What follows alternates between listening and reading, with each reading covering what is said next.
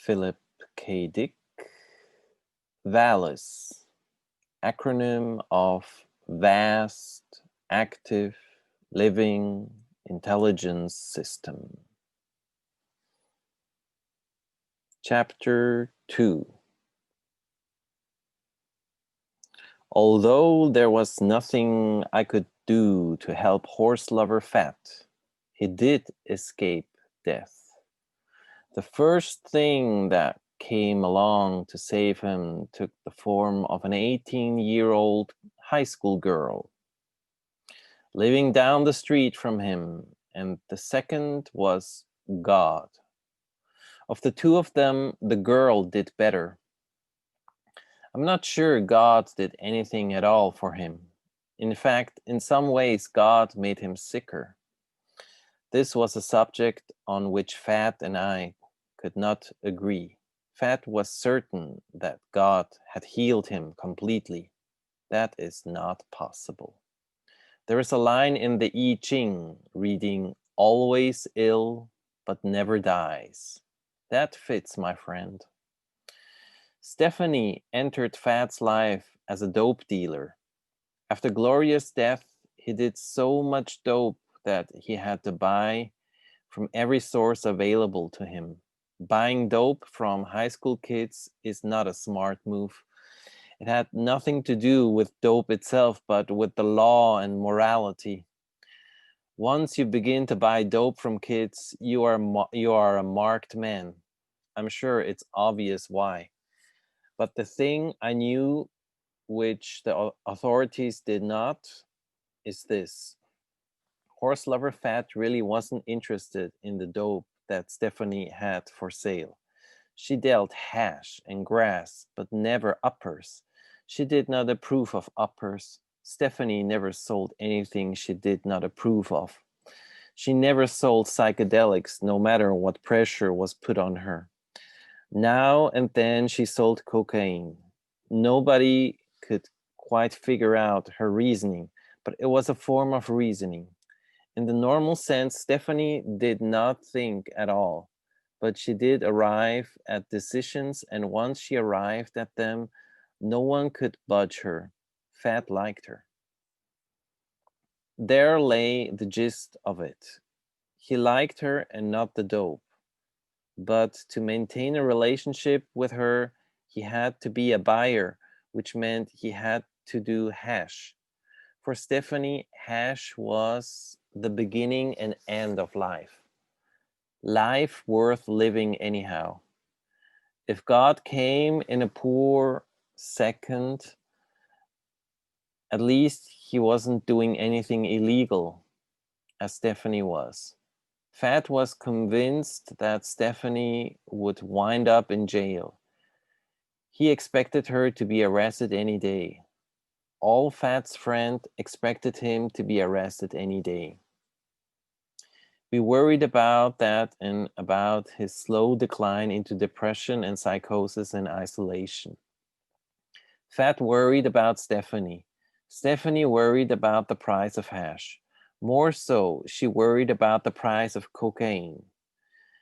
We used to imagine her suddenly sitting bolt upright in the middle of the night and exclaiming, "Coke has gone up to $100 a gram." She worried about the price of dope the way normal women worry about the price of coffee. We used to argue that Stephanie could not have existed before the 60s.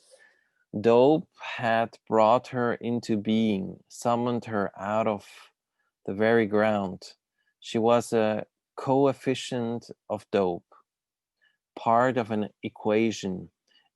And yet it was through her that Fat made his way eventually to God. Not through her dope. It was nothing to do with dope. There is no door to God through dope. That is a lie peddled by the unscrupulous.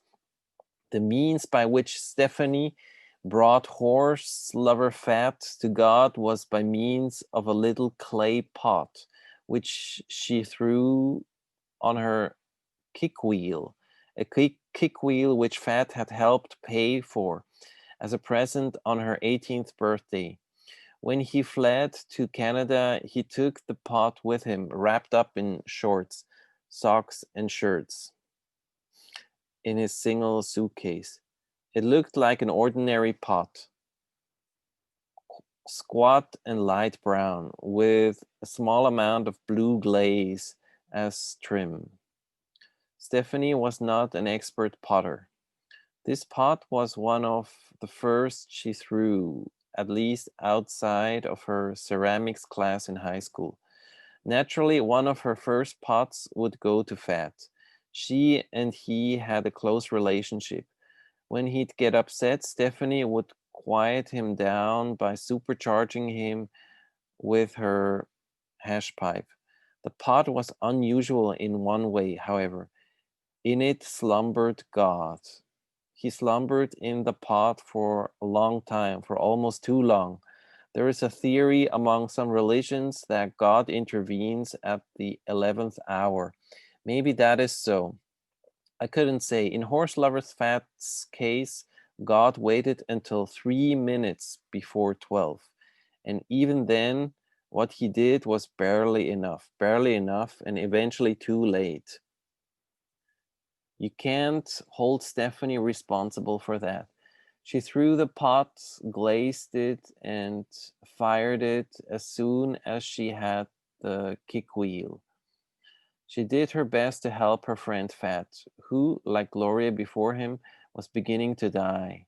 She helped her friend the way Fat had tried to help his friend.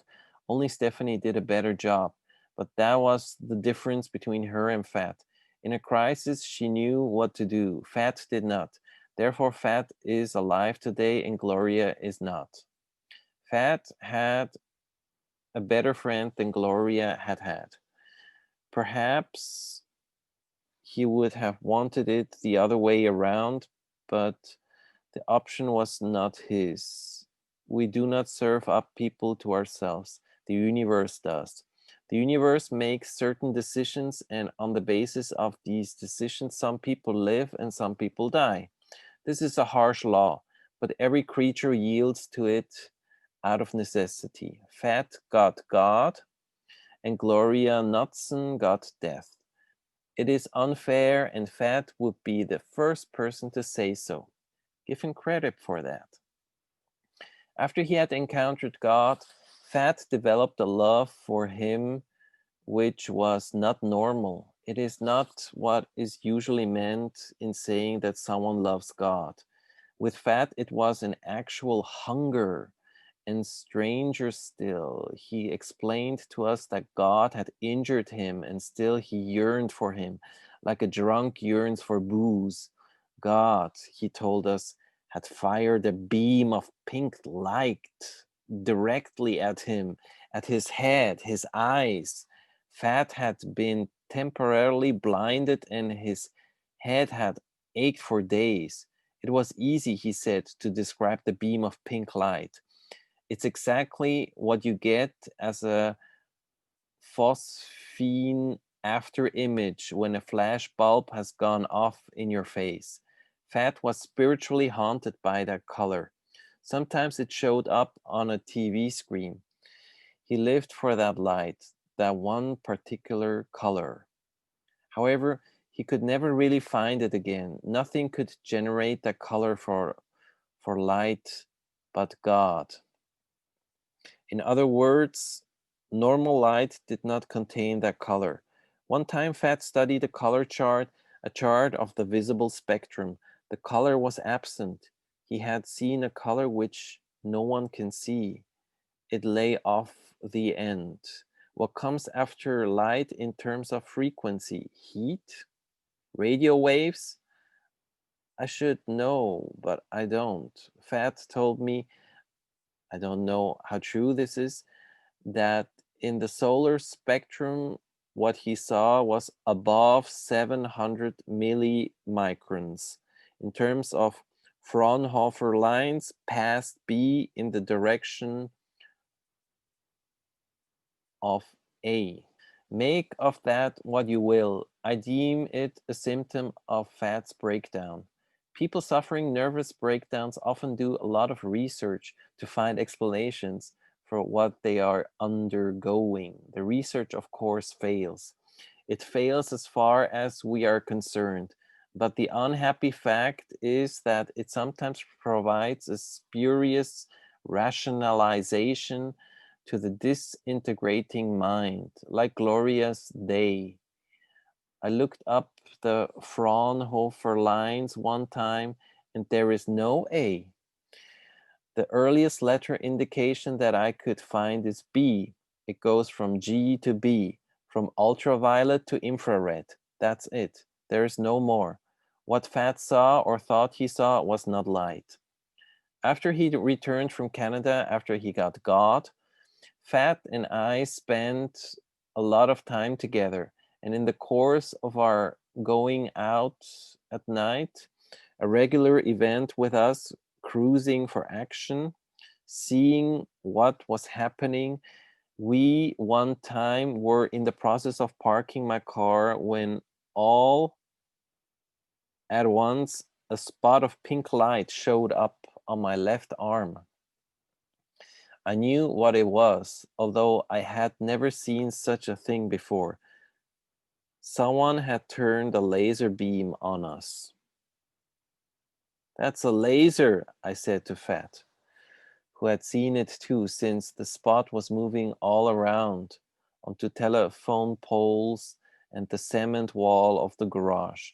Two teenagers stood at the far end of the street holding a square object between them. They built the goddamn thing, I said. The kids walked up to us, grinning. They had built it, they told us, from a kit. We told them how impressed we were, and they walked off to spook someone else. That color pink? I asked Fat. He said nothing.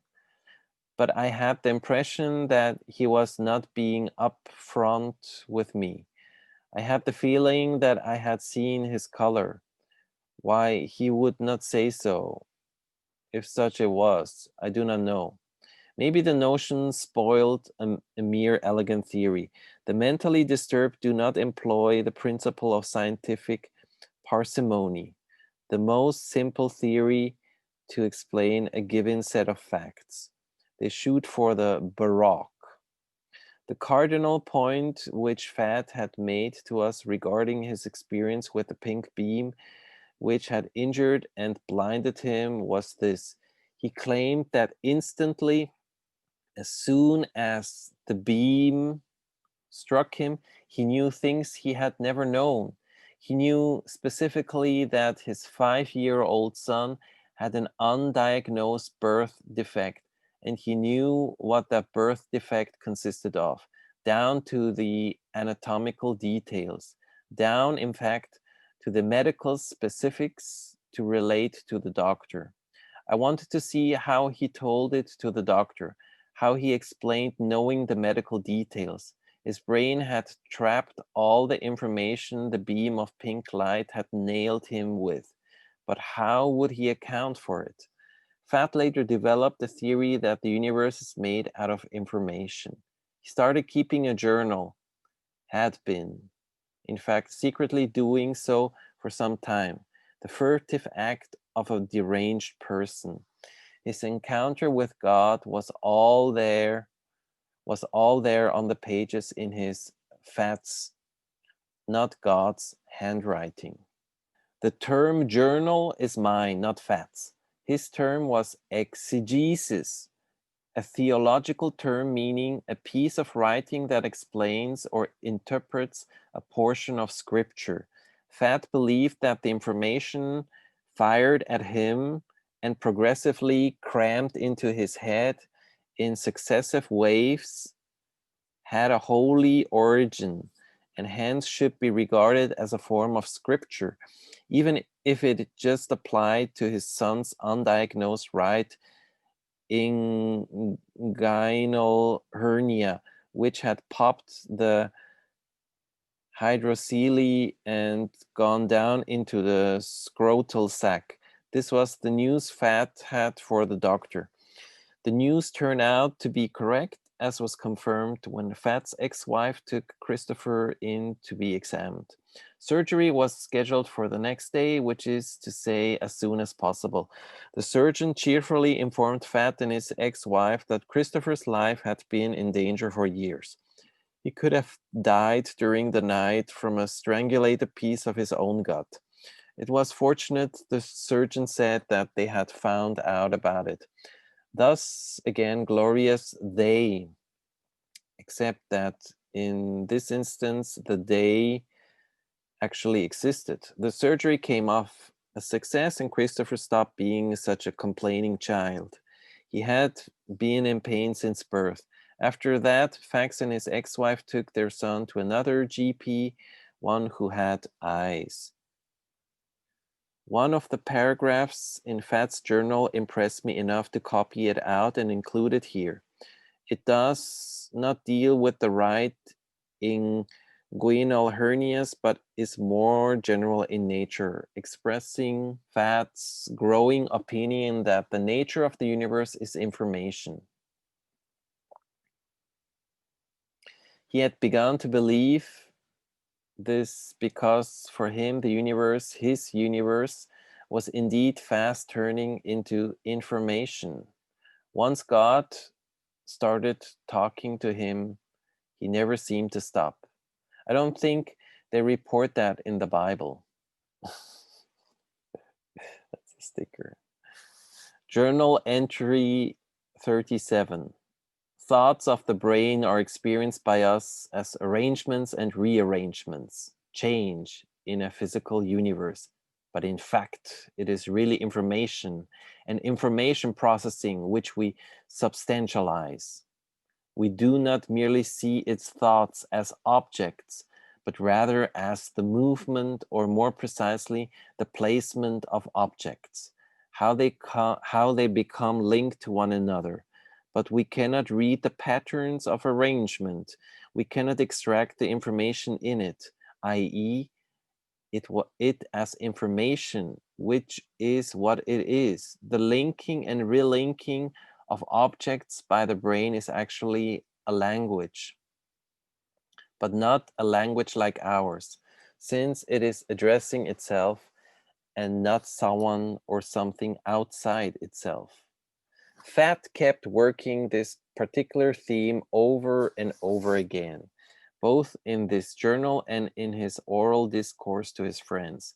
He felt sure the universe had begun to talk to him. Another entry in his journal reads, "We should be able to hear this information, or rather narrative, as a neutral voice inside us. But something has gone wrong. All creation is a language and nothing but language, which for some inexplicable reason we can't read outside and can't hear inside. So I say, we have become idiots. Something has happened to our intelligence. My reasoning is this: arrangements of parts of the brain is a language. We are parts of the brain, therefore we are language. Why then do we not know this? We do not even know what we are, let alone what the outer reality is of which we are parts. The origin of the word idiot is the word private. Each of us has become private and no longer shares the common thought of the brain, except at a subliminal level. Thus, our real life and purpose are conducted below our threshold of consciousness." To which I personally am tempted to say, speak for yourself, Fat.